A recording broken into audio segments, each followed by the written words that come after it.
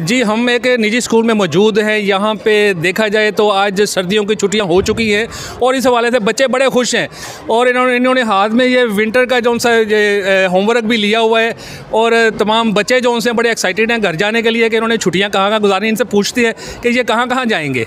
आपने किधर जाना है छुट्टियों में? नाना के घर। आप किधर जाएंगे? अम्मी के घर। आपने किधर जाना है? इस्लामाबाद। अच्छा, तो आप किधर जाएंगी जी? मरी जाना है। अच्छा, वेरी गुड जी। बच्चे बड़े एक्साइटेड हैं आज के दिन और कह रहे हैं कि हम छुट्टियों में जनाब कोई मरी जाएगा, कोई स्वाद जाएगा। जी, मेरे साथ टीचर भी मौजूद हैं, हम इनसे भी बात करते हैं कि इन्होंने क्या प्लान किया है सर्दियों की छुट्टियों में।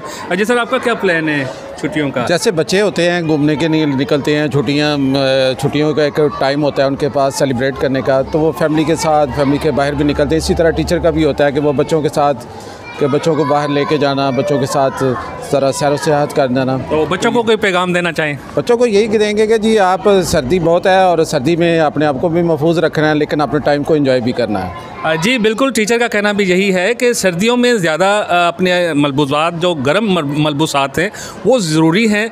सर पे कैप पहनना और अपने आप को सर्दी से बचाना, और मरी भी जाना है तो अपने आप को ढांप के जाना बहुत अच्छी तरह।